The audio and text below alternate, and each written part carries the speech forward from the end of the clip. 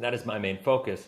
But I think what really gets me going here is the fact that IULs are the most missold product on the face of the earth in the financial industry. And so I am just on a mission to kind of prove a point, right? Now, hear my words on this. I'm not saying Index Universal Life is a bad product. It is not a bad product. It is just a missold product. And I'm going to get into exactly what I mean by that after. So here's the challenge. Here are the rules to the challenge. Hey, what's going on, cash flow hackers? It's Chris with Life 180. And for this video, I want to talk to you about something I've been thinking about doing for a long time. And that is putting out the IUL challenge. Now, here's the deal. The IUL challenge is all about proving a point that I have been setting out to prove for a long time. And I'm going to first and foremost get into what the challenge is, and then I'll spend more time talking about why I am laying this challenge out the way that I am. And I think it's going to make a lot of sense. I'm sure I'm going to get a lot of hate from this, but I'm trying to do this in the most fair way possible, with the most objective kind of perspective that I could possibly have from this, because my background, what it was going from the IUL space to the whole life space, and ultimately not even being a licensed agent anymore, but really coaching life insurance agents to be able to show up and serve their clients in the most powerful way possible. That is my main focus. But I think what really gets me going here is the fact that IULs are the most missold product on the face of the earth in the financial industry. And so I am just on a mission to kind of prove a point, right? Now, hear my words on this. I'm not saying Index Universal Life is a bad product. It is not a bad product. It is just a missold product. And I'm going to get into exactly what I mean by that after. So here's the challenge. Here are the rules to the challenge. I'm looking for anybody that has a policy that's 10 years old or more and out of the surrender schedule, out of the surrender period of the policy. Now I add that little caveat in there because of the fact that some companies have a 10-year surrender cycle period, and some companies have a 15-year surrender period, and some, I guess, even somewhere in between, right? And so got to take that into consideration. It's got to be 10 years old or more, and you got to be out of the surrender period. The next caveat to the challenge is that you have to have the original submitted illustration with the policy that you submitted with the policy, right? That original illustration has to be there. You have to have it. Now, if you're a decent agent and you keep good records, you should have copies of all these policies. If you can't find it, call your clients. If you think you have one that's doing well, call them up. They should have it with their original policy delivery documentation. They will have that original illustration with them. And so go get it. Third, you have to have an in-force illustration created for this policy. And then fourth, if the in-force illustration outperforms the original illustration that was submitted with the policy, then the first person who shows that to me will get $500. Now, I will keep track of this, right? And I'm sure I'm going to get a lot of submissions. I'm sure I'm going to get a lot of people, or at least that reach out. I don't know how many submissions I'll get, but I'll at least get a lot of people that reach out. And here's what I'll say. I guess before getting into this is the first person that can show me this will get $500, first of all. Secondly, the reason that I'm doing this is because with my background as the former head of business development, director of business development for the #1 IUL company in the country, I know these things don't perform the way that they're typically illustrated. Now, will there be somebody who accomplishes it? Yes, there probably will be. And you know what? I'm excited to give that $500 to the person who actually designed that policy to be that way, because they deserve it, quite frankly. It means they had to have taken a massive commission cut, meaning there was uncommissioned premium that was put into the policy above and beyond just doing the Tamara Deffer thing that Doug Andrew loves to talk about so much. I'm calling this out to Doug Andrew. If Doug Andrew can find me a policy, and I'll just name this for him and his team, if he shows me a policy that's outperformed what was illustrated 10 years ago, then I'll do the same thing for him. I'll give him $1,000 though if it's Doug Andrew or Aaron or one of his kids. Like this is the deal. I'm so confident that it's not going to happen, and I know. Especially with the products that he's offering and the companies that I know he's represented, I know that the likelihood of his policies actually performing that way are slim to none, right? And so maybe he's got one or a couple out there, but the first person who does it will either get $500 or, if Doug wants to call me up on this or take advantage of it, we'll do that. Here's the deal. This is what I know. The entire industry has struggled, right? And to me, the fixed market, life insurance companies in general have struggled. And I know a lot of people are going to be saying this isn't a fair comparison because whole life illustrations haven't even performed as illustrated. And you know what? To that I say, you're absolutely right. Whole life insurance has not performed as illustrated as well in a lot of situations because of the fact we've been living in a declining interest rate environment. Now, with whole life insurance, because the returns of the current illustrations that are given with whole life policies, those are directly tied to the dividend rate returns and the dividend scale with an insurance company. And those dividend rates have been getting reduced and reduced and reduced and reduced.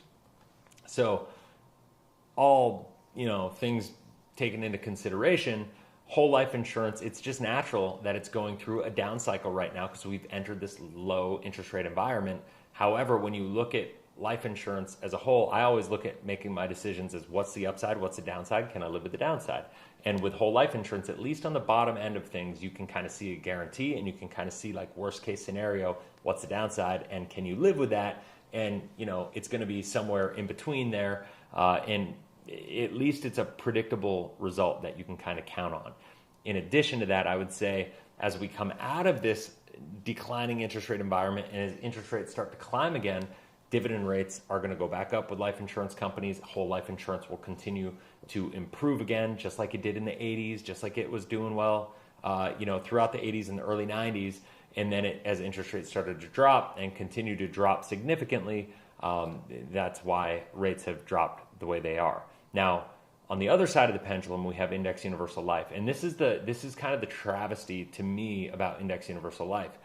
And this is the ironic part about this challenge is I'm offering this challenge in a time where we're coming out of the greatest bull run that the stock market has ever seen. And the idea of Index Universal Life is upside potential, downside protection. What people don't tell you is it's upside potential compared to whole life insurance, not compared to the market. Downside protection, meaning you can't lose your money, that's what they say, but you can lose your money because the costs and the fees and all the things that kind of are taken into consideration. There's a reason. If you look at the guaranteed column in an IUL policy, they lapse a lot of times for a reason. That means you can lose your money. Now, are you likely to ever have to worry about the guaranteed column coming into play in an IUL policy? No, you're not. I think that is one of the more overplayed components by whole life agents is kind of being like, well, look at the guaranteed column in IULs and they're horrible, right? Yeah, you're never going to have to worry about that. However, expectations with IULs are just out of whack. I think if you're expecting more than a 4.5% internal rate of return inside of an IUL, your sights are set too high. That's why I say they're a misrepresented product, right?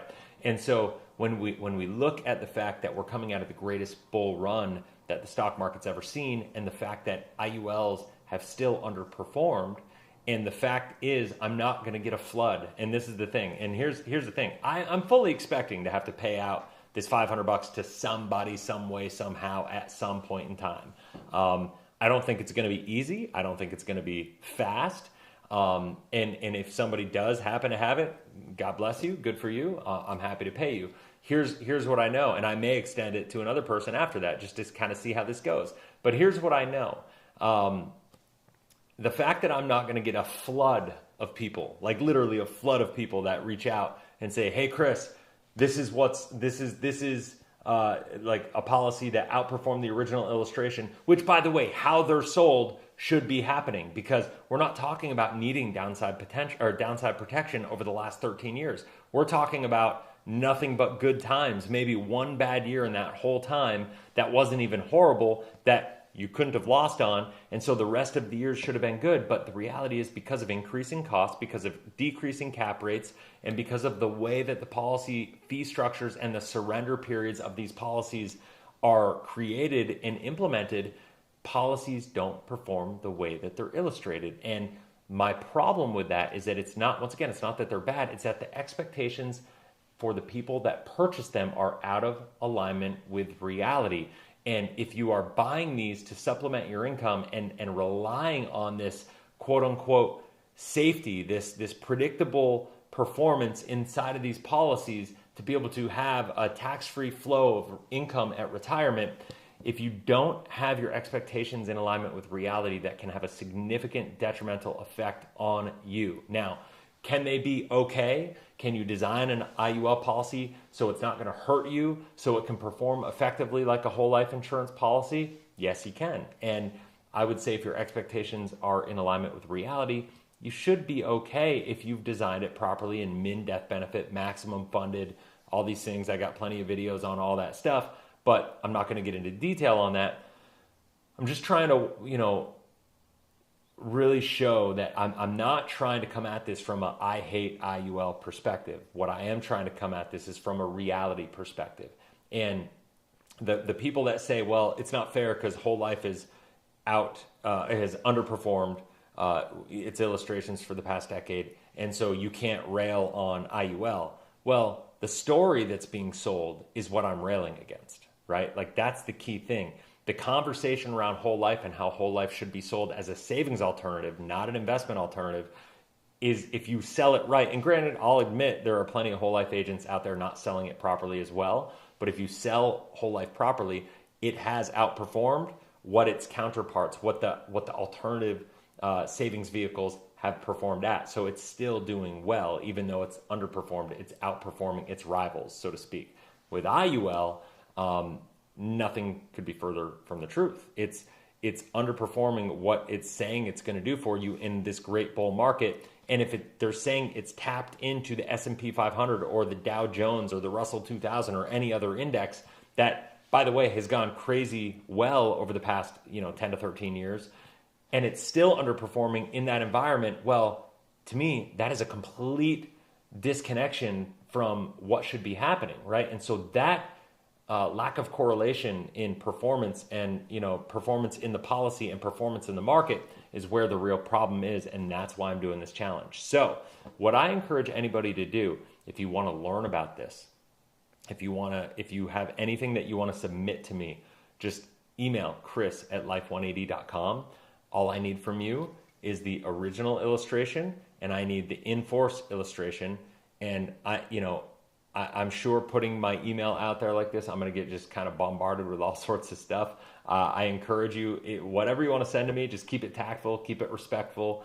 I will do the same. And I look forward to having these conversations with people. My other thing that I will say, any IUL agent that shows this to me, I will give you some airtime. I will, because once again, IUL is not a bad product, and there are some people that do it well to the point where it's okay, right? Like where it won't hurt people. I believe that.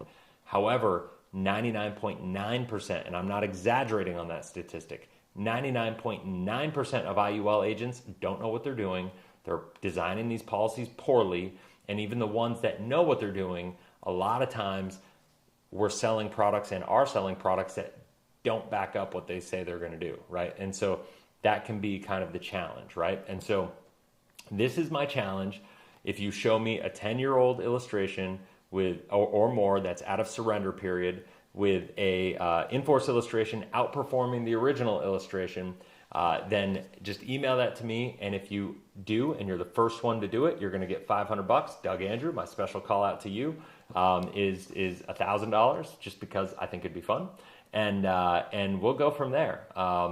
If you have any questions, once again, just email me. Comment in the comment section below. My encouragement to you is if you're watching this, if you're a client, share this with your agent. Share this with any IUL agent that you think might be able to pull this off.